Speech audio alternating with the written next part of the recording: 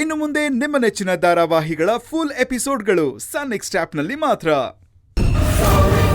ನನ್ನ ಮಗಳನ್ನ ಉಳಿಸ್ಕೊಡು ಅಭಯ್, ನನ್ನ ಮಗಳನ್ನ ಉಳಿಸ್ಕೊಡು ಅಭಯ್.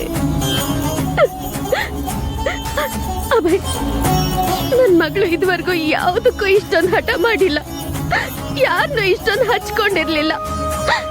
ನಿನ್ ಪ್ರೀತಿಗೋಸ್ಕರ ಜೀವ ಕೊಡೋದಕ್ಕೂ ರೆಡಿ ಆಗಿದ್ದಾಳೆ ಅಂದ್ರೆ ಅವಳು ನಿನ್ನ ಎಷ್ಟು ಪ್ರೀತಿಸ್ತಾಳೆ ಅಂತ ಅರ್ಥ ಮಾಡ್ಕೋ. ನೀನೇನಾದ್ರೂ ಅವಳು ಕೈ ಬಿಟ್ರೆ ಅವಳು ಖಂಡಿತ ಜೀವಂತವಾಗಿರಲ್ಲ. ಅಭಯ್, ನೀನ್ ಅವಳನ್ನ ಮದ್ವೆ ಆಗ್ತೀಯ ಅಲ್ವಾ? ನೀನ್ ಅವಳನ್ನ ಮದ್ವೆ ಆಗ್ತೀನಿ ಅಂತ ಹೇಳು ಅಭಯ್. ಮಗಳನ್ ಮದ್ವೆ ಆಗ್ತೀಯ ಅಲ್ವಾ? ಹೇಳು ಬಿಡು ಕೈ. ಯಾಕಿಷ್ಟು ಸ್ವಾರ್ಥಿ ಆಗ್ತಾ ಇದೆಯಾ ವತ್ಸಲ? ಸ್ವಾರ್ಥ ಎಲ್ಲಿಂದ ಬಂತು? ನನ್ ಮಗಳು ಚೆನ್ನಾಗಿರ್ಲಿ ಅಂತ ಬಯಸುತ್ತಪ್ಪ. ತಪ್ಪೆ. ಗಂಗೆಗೆ ಇರೋ ಸಮಸ್ಯೆ ಗೊತ್ತಿದ್ದು ಒಬ್ಬ ಹುಡುಗನಿಗೆ ಮದುವೆ ಮಾಡ್ಕೊಂತ ಬಲವಂತ ಮಾಡ್ತಾ ಇದೆಯಲ್ಲ, ಇದು ತಪ್ಪು. ನಿಮಗೆ ಯಾಕೆ ಅರ್ಥ ಆಗ್ತಾ ಇಲ್ಲ? ಅಭಯ್ ಸಿಗ್ಲಿಲ್ಲ ಅಂದ್ರೆ ನಾವ್ ನಮ್ ಮಗಳನ್ನ ಕಳ್ಕೋಬೇಕಾಗತ್ತೆ ರೀ. ನಮ್ಮ ಮಗಳನ್ನ ಉಳಿಸ್ಕೊಳ್ಳೋ ಶಕ್ತಿ ಇರೋದು ಅಭಯ್ಗ್ ಮಾತ್ರ. ನನ್ ಮಗಳು ಚೆನ್ನಾಗಿರ್ಲಿ ಅಂತ ಆಸೆ ಪಡೋದ್ ತಪ್ಪಿಲ್ಲ ವತ್ಸಲ. ಒಬ್ಬ ಮಗಳ ತಾಯಿಯಾಗಿ ನೀನ್ ಆಸೆ ಪಡೋದ್ರಲ್ಲಿ ತಪ್ಪಿಲ್ಲ. ಆದ್ರೆ ಅಭಯ್ ತಾಯಿಗೆ ನೋವು ಆಗ್ಬಾರ್ದು. ನೀನ್ ಬರೀ ಗಂಗೆ ತಾಯಿ ಜಾಗದಲ್ಲಿ ನಿಂತ್ಕೊಂಡು ಯೋಚನೆ ಮಾಡ್ತಾ ಇದ್ಯಾ, ಆದ್ರೆ ಅಭಯ್ ತಾಯಿ ಜಾಗದಲ್ಲಿ ನಿಂತ್ಕೊಂಡು ಯೋಚನೆ ಮಾಡು. ಲೇ, ಯಾವ ತಾಯಿ ಕಾಯಿಲೆ ಇರೋ ಹುಡುಗಿನ ತನ್ನ ಮಗನಿಗೆ ಮದುವೆ ಮಾಡ್ಕೊತಾಳೆ? ಸ್ವಲ್ಪ ಯೋಚನೆ ಮಾಡು. ಗಂಗಾ ಒಳ್ಳೆ ಪರಿಸ್ಥಿತಿನಲ್ಲಿದ್ದಿದ್ರೆ ನಾನೇ ಕಾಲ್ ತೊಳೆದು ಕನ್ಯಾದಾನ ಮಾಡ್ತಾ ಇದ್ದೆ. ಅಂಕಲ್, ಕಾಯಿಲೆನಾ? ಹೌದು ಅಭಯ್, ನಮ್ಮ ಗಂಗೆಗೆ ಚಿಕ್ಕ ವಯಸ್ಸಿನಿಂದ ವಿಚಿತ್ರವಾದ ಕಾಯಿಲೆ ಇದೆ. ಅವಳ ಹೃದಯ ಎಲ್ಲರೂ ತರ ಕೆಲಸ ಮಾಡೋದಿಲ್ಲ ಅಭಯ್.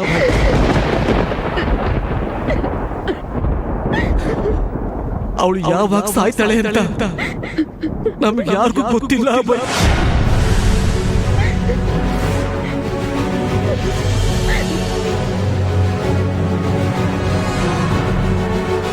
ಅವಳಿಗೆ ಎಲ್ಲಾ ತರದ ಟ್ರೀಟ್ಮೆಂಟ್ ಕೊಡ್ಸಿದೀವಿ ಅಭಯ್, ಆದ್ರೆ ಯಾವ ಡಾಕ್ಟರ್ ಕೂಡ ಅವಳು ಬದುಕ್ತಾಳೆ ಅನ್ನೋ ಭರವಸೆ ನಮಗೆ ಕೊಟ್ಟಿಲ್ಲ.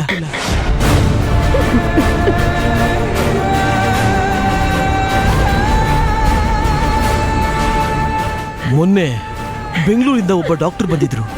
ಅವರು ನಮಗೆ ಒಂದು ಭರವಸೆ ಕೊಟ್ಟರು. ಯಾವ ತರ? ಗಂಗೆಗೆ 3 ತಿಂಗಳು ಮೆಡಿಸಿನ್ ಕೊಡೋಣ, ಅದು ಸರಿಯಾಗಿ ಕೆಲಸ ಮಾಡಿದ್ರೆ ಟ್ರೀಟ್ಮೆಂಟ್ ಶುರು ಮಾಡೋಣ ಅಂತ.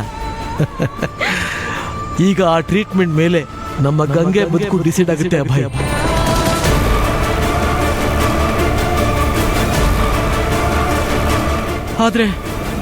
ಆದ್ರೆ ನಮ್ಮ ವತ್ಸಲ ಗಂಗೆ ಬದುಕ್ತಾಳೆ ಅನ್ನೋ ಭ್ರಮೆಯಲ್ಲಿ ಬಿದ್ದು ಒದ್ದಾಡ್ತಾ ಇದ್ದಾಳೆ.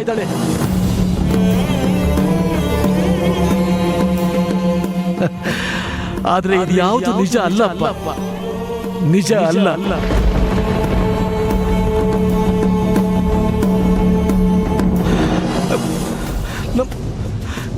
ನಮ್ ಗಂಗೆ ಬದುಕ್ತಾಳೆ ಅನ್ನೋ ಯಾವ ಚಿಕ್ಕ ಗ್ಯಾರಂಟಿನೂ ನಮ್ಗಿಲ್ಲ ಅಭಯ್, ಯಾವ ಗ್ಯಾರಂಟಿನೂ ಇಲ್ಲ.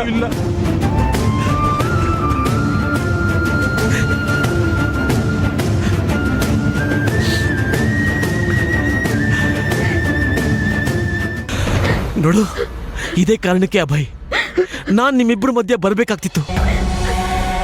ಗೌರಿ ಹುಟ್ಟು ಹಬ್ಬದ ದಿನ ನಾನು ನಿನಗೆ ಅವಮಾನ ಮಾಡ್ದೆ ಅಂತ ಇವರೆಲ್ಲ ನನ್ನನ್ನು ಅಂತ ಇದ್ರು. ಆದ್ರೆ ನನ್ನ ಉದ್ದೇಶ ಅದಾಗಿರ್ಲಿಲ್ಲ ಅಭಯ್.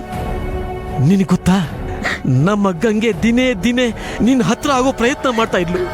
ಇಷ್ಟೆಲ್ಲ ಗೊತ್ತಿದ್ದು ನಾನು ನೋಡ್ಕೊಂಡು ಹೇಗಪ್ಪ ಸುಮ್ಮನೆ ಇರ್ಲಿ. ಆವತ್ತು ಗೌರಿ ಕಿಡ್ನಾಪ್ ಆದಾಗ ಗಂಗೆ ನಿನ್ನ ಪ್ರೀತಿಸ್ತಾ ಇರೋ ವಿಚಾರ ನನಗ್ ಗೊತ್ತಾಯ್ತು. ಬಾಯಿಗೆ ಬಂದಂಗೆಲ್ಲ ಮಾತಾಡ್ಬೇಡಿ. ಅಭಯ್ ಅವರು ಅಕ್ಕನ ಜೊತೆ ಓಡೋಕೆ ಚಾನ್ಸೇ ಇಲ್ಲ. ಯಾಕೆಂದ್ರೆ ಅಭಯ್ ಅವ್ರನ್ನ ನಾನು ಪ್ರೀತಿಸ್ತಾ ಇದ್ದೀನಿ. ಹಠ ಮಾಡಿ ನನ್ನ ಹತ್ರ ಭಾಷೆ ತಗೊಂಡ್ಲು. ಆದ್ರೆ ಅವಳು ಸಮಾಧಾನಕ್ಕೋಸ್ಕರ ನಾನು ಭಾಷೆ ಕೊಡ್ಬೇಕಾಯ್ತು. ಆದ್ರೆ ಇವತ್ತು ಇಷ್ಟು ಸೀರಿಯಸ್ ಆಗುತ್ತೆ ಅಂತ ನನಗೆ ಗೊತ್ತಾಗ್ಲಿಲ್ಲ ಅಭಯ್. ಈಗ ಹೇಳು ಅಭಯ್, ನನ್ನ ಮಗಳಿಗಿರೋ ಕಾಯಿಲೆನ ಮುಚ್ಚಿಟ್ಟು ನಾನು ನಿನಗೆ ಮದುವೆ ಮಾಡೋಕ್ಕಾಗ್ತಾ ಇತ್ತಾ? ನೀನು ನಿನ್ನ ಹೆಂಡತಿ ಮಕ್ಕಳ ಜೊತೆ 100 ವರ್ಷ ಸುಖವಾಗಿ ಸಂಸಾರ ಮಾಡಬೇಕು ಅನ್ನೋ ಆಸೆ ನಿನಗಿರಲ್ಲ. ನನ್ನ ಮಗಳಿಗೆ ಆಯಸ್ಸೇ ಇಲ್ಲ ಅಂತ ಗೊತ್ತಿರುವಾಗ ಅವಳ ಕೈಗೆ ಕಂಕಣನ ಹೇಗೆ ಕಟ್ಟಿಸ್ಲಿ?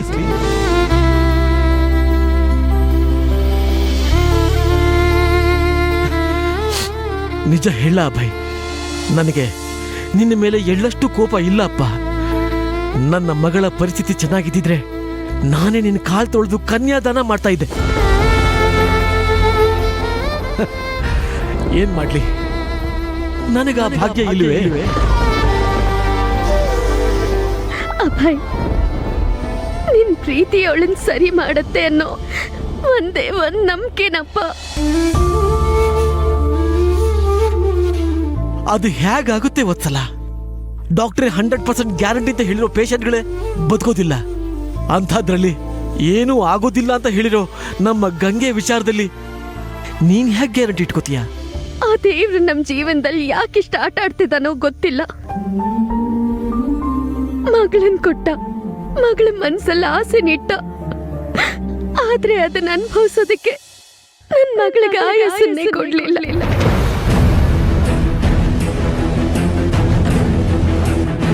ನನ್ ಮಗಳು ಪ್ರೀತಿಸಿದ ಹುಡುಗನ ಮದುವೆ ಆಗ್ಬೇಕು, ಅವ್ರ ಜೊತೆ ಹಾಗಿರ್ಬೇಕು ಹೀಗಿರ್ಬೇಕು, ಅವ್ರ ಜೊತೆ 100 ವರ್ಷ ಬಾಳ್ಬೇಕು ಅಂತ ಹೇಳುವಾಗ ನನಗೆ ಎಷ್ಟು ಸಂಕಟ ಆಗುತ್ತೆ ಗೊತ್ತಾ ಅಪ್ಪ.